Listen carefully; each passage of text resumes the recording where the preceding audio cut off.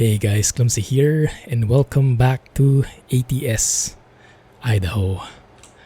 This is the second part of our first look into Idaho. In the previous episode, we went from Logan, entered Idaho for the first time, did a bit of sightseeing in Twin Falls, and made a stop here, which we will be continuing from, passing through Boise, and hopefully we can go and explore some of these scenic sites maybe. Looks like that will be a nice way to enjoy more of the scenery. And then the rest of the state will try to explore in the stream that's happening. Actually, by the time you probably watch this video, that stream might have happened already, because I am getting confused with time zones and stuff at the moment, so don't ask me for more details. Anyway, if you haven't seen it yet, I highly recommend you watching first the first part of this mini-series, this Idaho first look. I decided to cut it in two just so it wouldn't be too overwhelming for people, because that first part already lasted for around 40 minutes. There was just so much to see, and I was just such a blabbermouth. But yeah, here we are again. So we explored Twin Falls in the previous video. Enjoyed the heck out of it. I was pleasantly surprised with all the additional features, the attention to detail that they've given there, the nice cinematic shots. And now I'm looking forward to what we will see in Boise. Oh my goodness, sorry. I didn't mean that to rhyme. Now I just sound so cheesy. Let's focus on the scenery up ahead, okay? Scratch that. Anyway, so I'm trying to focus on the roads, the textures, the signages, and everything. As always, this profile does not have any mods in it. So what you see is what you get, as mentioned in the previous episode as well. The only things I changed are I have the plugin for the force feedback, which is not a mod per se, and I have the NVIDIA profile inspector tweaks to help with the anti-aliasing. So if you're noticing less jagged edges than how you normally see the game, that's thanks to those tweaks. But that is a discussion for another time, because that is getting into the technical territory. For now, let's go and enjoy the sights of Idaho. Next, right? Duck Valley. Interesting. Indian reservation. What is in there? Let's have a look. Yes, unfortunately we won't have a lot of time to go sightseeing, but we'll do our best. I do like the city a lot. The highway, the roads that we've gone through so far, they're okay in terms of signage. I think they're pretty much complete. In terms of how it looks, it is filled with detail, so that's good. I'm just not really a fan of the barren landscape so much, which is unfortunately very common in the US. So I much prefer the lush and foresty areas, but this is very realistic, I can imagine. And for something that is normally very barren, I think they've done a great job at making it as alive as possible, adding all the bushes in the right place at no expense to performance. Boise, next 3 exits. I wonder which exit we'll be taking. Hopefully it's not this first one, because I am on the wrong lane. Okay, good. Let's continue off here then. Overtake this bus. Signage looks pretty complete. Street names, rest area signages, gem state. 2 out of 11. Oh yeah, that's what they say, huh? Idaho is the gem state. Although I've heard that Idaho is quite known for its potato industry. Nowadays, when I hear potato, the first thing that comes to mind is a potato PC. So my first impression is not good. Like, potato state? Why? But yeah, when I realize that it's a literal potato, then it's not as bad now. Yeah, look at the signs here.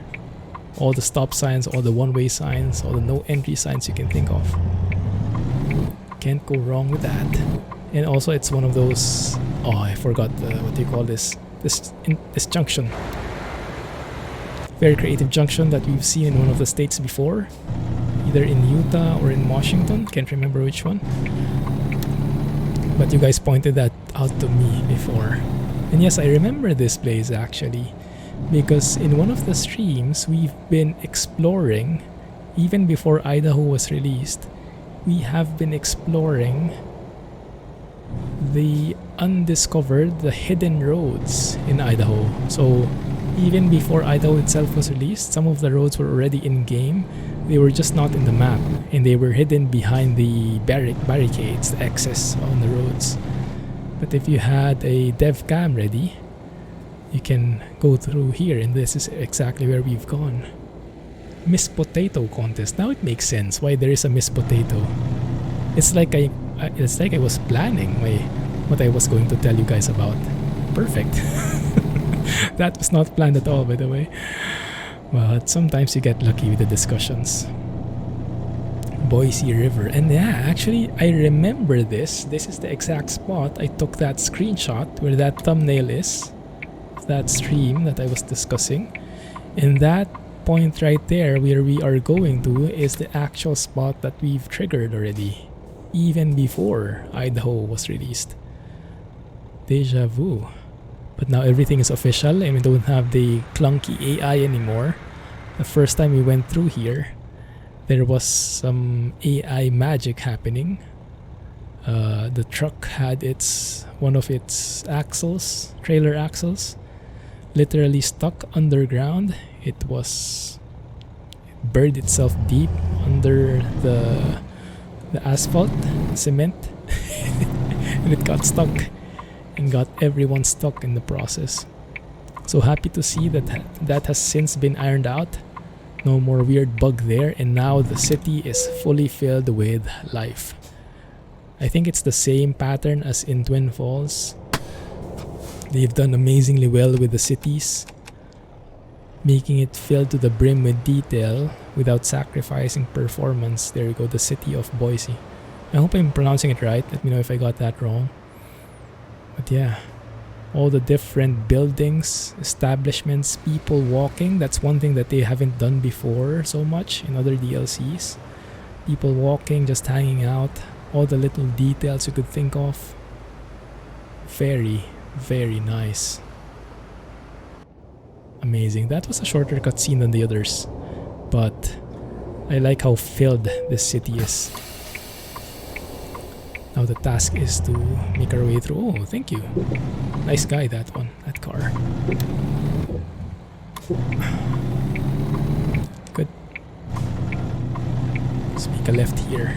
Yeah, this road was not in there before when we first got through here, I think.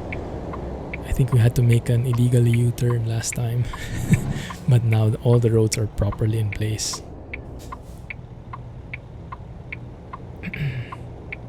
See what else is here. I guess some of these buildings are famous, like that I don't know what that is, like City Hall looking thing at the distance. You guys probably have more of info from that than I do. Drake's Hot Burger. I think that's the In-N-Out we've seen in the previous episode, the In-N-Out logo, but this time it doesn't have that logo, so now I'm doubting myself. Okay, we'll see. Yikes. The thing with cities is cities do like their traffic lights. Yeah, one thing I noted as well in the previous episode are these new traffic lights, I think, because they all have the CCTVs on top. There. Nice attention to detail, and so makes you even more scared to beat the light. pedestrian lane signs and everything. Love how detailed it is, how there just are so many parked cars on the side of the road. Yeah, so much thought has been put into designing these cities. I'm sure that has an historical significance. I'm just too ignorant to know it, because that was included in the cutscene.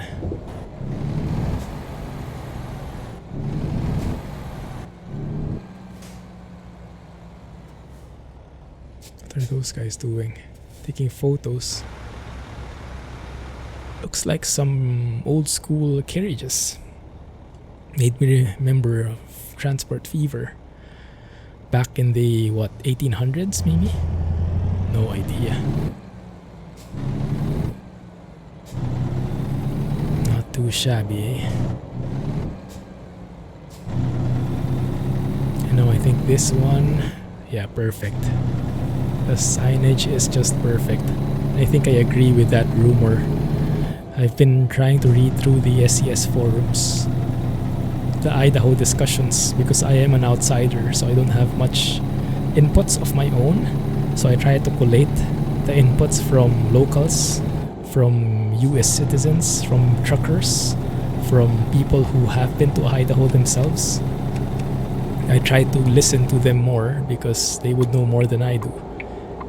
And so if they say that the signage is accurate, then I would say okay. No, but the general consensus is the signage is pretty spot on, and that's why people have been thinking maybe this is Nat Vander's handiwork. If you guys are familiar with him, he is one of the prominent members of the ATS community. And ever since he became an SCS employee, he started off as a modder. Ever since he became an SCS employee, he has been improving different parts of the map. We have to have a term for them, re-signing them. That's the name of his mod before.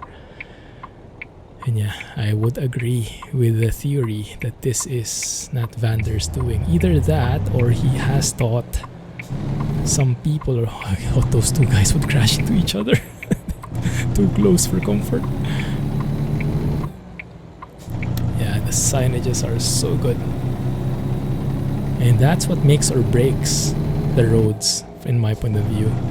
You could make the most amazing roads, make it go up and down, bend left and right, have the best textures, but if you don't have the right signs, the right distance, the right heads up, it's not going to be good, especially not to me, because I would be crashing all over the place.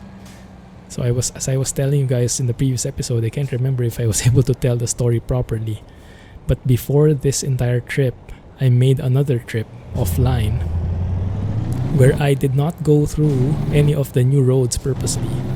I did not go through Idaho, so I went from Utah to Washington, but I did not pass through Idaho on purpose. So I would get a feeling of how driving through the old roads would feel like. And my goodness, it was a bit of a punishment, especially when I had to drive through the old roads of Nevada. It was just, so old. Like, normally I don't even know where I am in the map. I just follow the GPS. But it was that obvious. I noticed the textures were pretty old. They were pretty pixelated and blocky.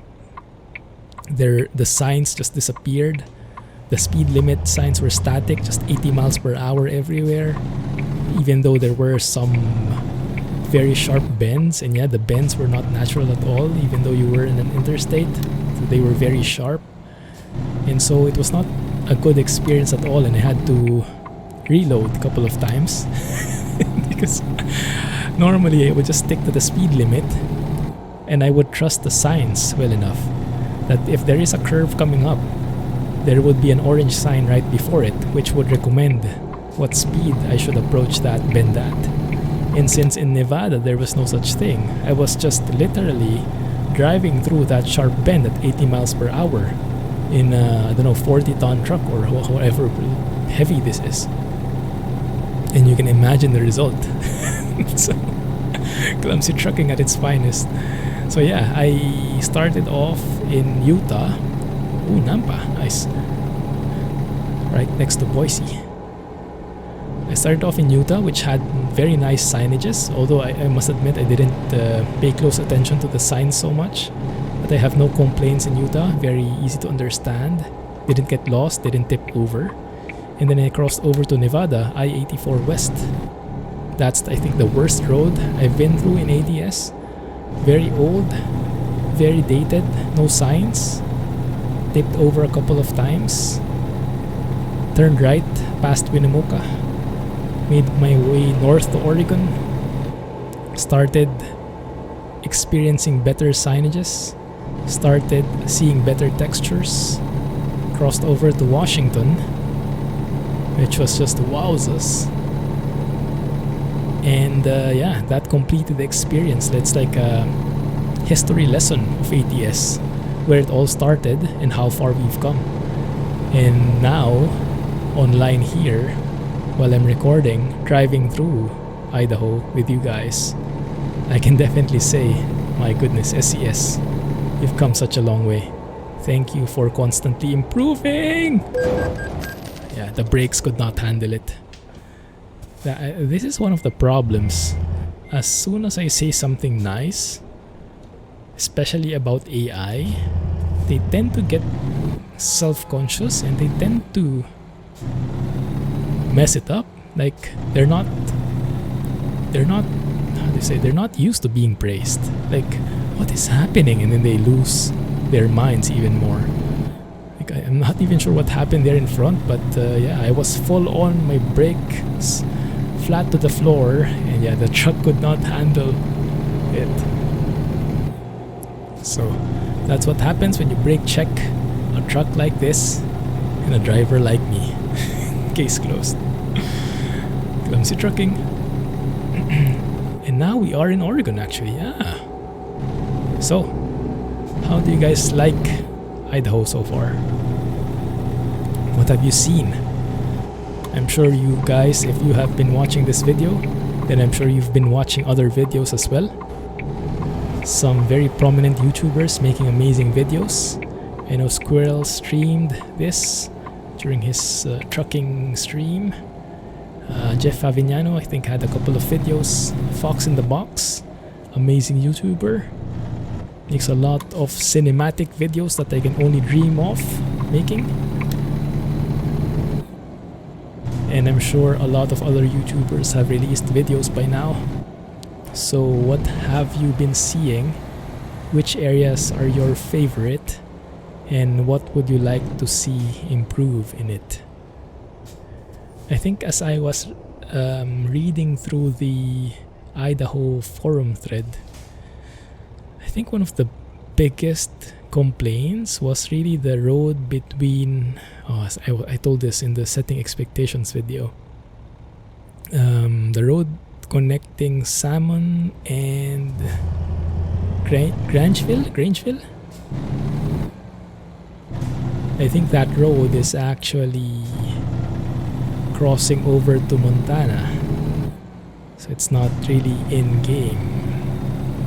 And people have been complaining because, let me show you the map. Now I can show you the map. In the setting expectations video, I can just say it, but I don't have visuals. So this one.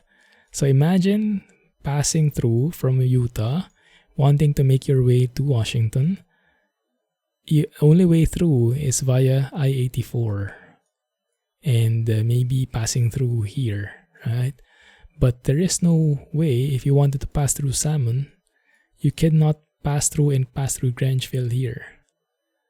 In reality, I think there is a road here, but it passes through Montana here, the state right next to it. So they did not implement that, and that is, I think, the #1 request from the community in the forums, at least, so that we get a bit more variety when passing through. And I would be approving of that request, because based on Trucker Dog's comments, Trucker Dog is an SCS developer. He is also very active in the forums recently. He himself says that the roads going to Salmon hope I'm pronouncing it right, but you get what I mean anyway. The roads going to Salmon are one of the best in the Idaho DLC, so that's definitely where I want to drive. But the problem is, if you drive to Salmon, you have to drive back the same way. Or I think there is an alternate route, but if you came from the south, you go to the south. You can't pass through Salmon. You really have to, I don't know what the English term is. You have to really go through there and make that as your destination. Pass through is not allowed. But if they implemented that road, even if it passes through Montana, technically, then that will make the roads much more diverse. And I don't think it's such a stretch to do, because they've done that before. In Oregon, they have an Idaho state sign. You actually cross over into Idaho for a few miles at least. That road going to Ontario. Yes, Ontario. And let me show you the map again. Now I'm just storytelling because we're past Idaho already. But I do want to finish the trip with you guys. That would complete the picture. So this one, Ontario. Even before Idaho came in, this part here was already in game. I think Route 95. I'm not sure how much of it. I think this part here crosses over to Idaho. And you actually see the Idaho state sign here. So if they could do something similar over here, connecting Salmon and Grangeville, passing through Montana, that doesn't seem like much of a stretch, right? Yeah, we'll see. We'll see how that goes. Now, one thing I noticed, we are in Oregon now, so not really part of the DLC anymore. But wasn't there an interstate? Why did we have to go through a city? Maybe we didn't go through the interstate. Let's have a look at the map here.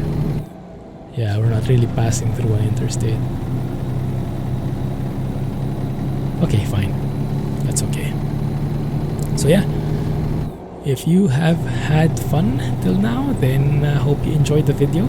I will continue driving and just mumbling about, sharing my comments. But yeah, I won't be going back to Idaho specific areas anymore. So if you want to leave, more than free to do so. Hope you enjoyed the video. Clumsy trucking, guys, and catch you in the comments and in Discord. But if you're sticking around, then that's even greater. Let's go and finish this job.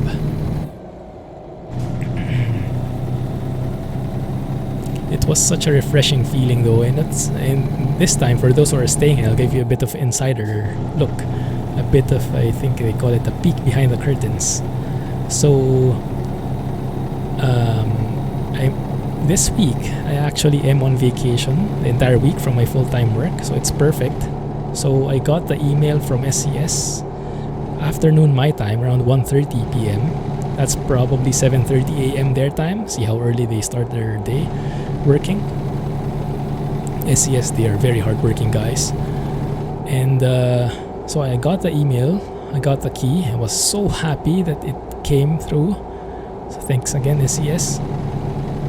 And I wanted to record immediately, because I mean, it's there. Why not? But right now we are in this phase that we are in the world where we have a pandemic. Everybody is working from home as much as possible, and so me and Mrs. Clumsy, we are both working from home. So Mrs. Clumsy is working.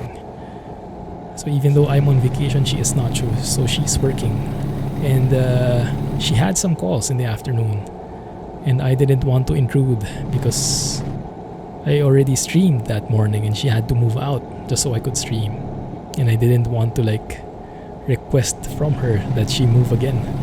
So instead of forcing myself to record, I decided to get a bit of practice. And that's where all this idea came from, that I went for a drive here in ATS on this same truck, on this same profile, but in a different route. where I would not be going through Idaho at all. And I think it proved to be a blessing in disguise, because normally when I get something new, I just want to jump straight into it, and give my opinion. But now, being able to drive through the old areas first gave me a much more, holistic point of view, a much more complete perspective, that it's not just the new thing that I'm seeing. I actually literally drove through the old areas to the new areas, the progression and how the improvements were like. And it is true. I mean, before I could not really relate to what other people were saying. I guess I was just not paying too much attention. Turn on some lights here. But before they were saying that California and Nevada were horrendous. They were very outdated, and I was like, they're okay, not bad. But my goodness, that experience in Nevada. Let me show you the map where that is. Avoid this road at all costs, or try it out and let me know what your experience is. Where was it? So I started, I think, in Provo. In that trip, I-80. Oh crap, it was not I-84. I kept saying I-84. I-80 is what I was referring to. This road right here in Nevada. This entire stretch here, 80-mile speed limit. Almost no warning signs. And look at that crappy junction right there. So this is a very old area of the map, very dated. And coming from Utah, which is very modern, going through that, you really see and feel the date, the oldness of the roads and the mapping techniques. And as you make your way through Oregon, past Washington, you see this kind of progression, this evolution of roads. It's like taking a trip down memory lane. It's amazing. Actually, you know what? I take it back. I highly recommend that you go through it so you can experience the same thing for yourselves, because it really opened my eyes on how the different mapping techniques have gotten into play. Like before, I know that they are improving bit by bit, but I think with my goldfish memory, it didn't really sink in so much. Now, driving through that bit, my goodness, it's just yikes, yikes. And it's a good and bad thing, because you have a large difference in the road quality. So that's definitely a bad thing. You want to have great quality all throughout the map so you can drive anywhere you want. It's very similar to like in ETS 2, how the old areas like in Belgium, in the Netherlands, in Austria, in the UK, those roads are very old from old ETS 2, and driving through them is not very pleasurable compared with the newer areas like the Germany reworks, the Baltic Sea areas, the Black Sea areas, Italy, France, So you really feel the difference of the dates, and it's both a good and bad thing. And it's a bad thing because it takes away from the holistic experience of driving through anywhere and having a fun time. But it's a good thing because it shows how much SCS is improving through the years with their mapping skills. With each DLC that they release, they learn new tricks, they're able to implement new features, and they make the entire experience much more authentic and much more immersive. But yeah, it's just that because of this improvement, it really highlights the lack in the other areas. So it shows the lagging behind of the other stuff. Oh my goodness. Very much in danger of tipping over there. It's limited to 40 miles with these sharp bends. There you go. So yeah, no regrets on that trip I did. I think I took around maybe almost 2 hours real life driving through from Utah to Washington and skipping over Idaho. But now I'm excited to do a long haul from Washington to maybe New Mexico, passing through Idaho in the process. Now that's going to be fun. yeah, it's nice because you're not trapped in that L-shaped thing anymore. And with Colorado up next, looks like that L shape will be a thing in the past. It's going to be properly rectangular, and there will be so many routes to choose from. Yeah, ATS is taking shape, guys. I remember people asking me even before. Oh no, there's a way station. Not very lucky when it comes to way stations. We'll see. Here we go. Keep your fingers crossed. Nice. Lucky. Okay, pass through. The only problem is I forgot. I lost my train of thought. Dang it. Wait, let me try and remember. No, I really cannot remember. Okay, let's move on to other topics.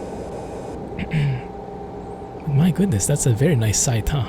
This is, as I mentioned, still perfectly vanilla. No mods at all.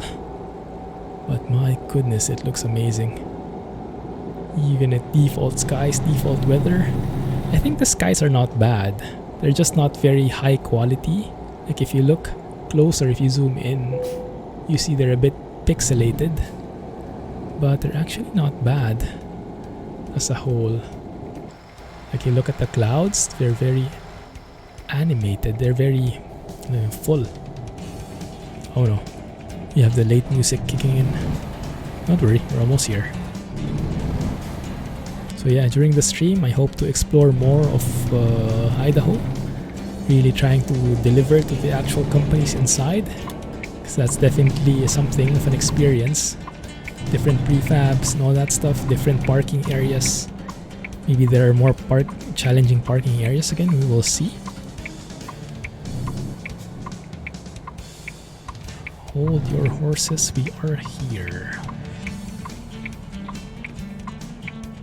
That was a nice touch though in Twin Falls in the last episode where we explored and got a glimpse of the farming industry thanks to that cinematic new feature where you go through the spot and then you get these like drone footage.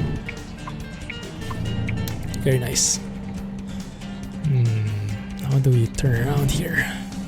Can I make a U-turn? This might be shady. My jackknife here. Yeah, yikes, that's my trailer. No one saw that, no one heard that, no one felt that. Nothing happened. Open the window so I can peek out. Role play this a bit.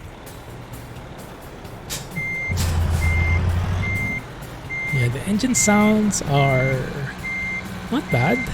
I think they've improved a lot since the first F-mod implementation. Still a long ways to go. But till then, we have our amazing modders filling in the gaps. The likes of Zmod, Krishbom, EVR for ETS2. This is why I am a modding guy through and through. And so with the next episodes, the modded profile should make a comeback. Don't worry about that, it's coming back very soon with all the bells and whistles. Project Next Gen, Z-mod sounds, and everything you can imagine. There we go. Good. Alright, so for those who kept on watching and bared through my mumbling. Oh crap. Window's not fully closed. Let's fix that later. Thank you for staying. Thank you for hanging out and hope you enjoyed the video. Hope you enjoyed the tour as much as I did. Yikes, what am I getting here? Fuel economy. Better fuel economy for better scores in the VT logger. Close that.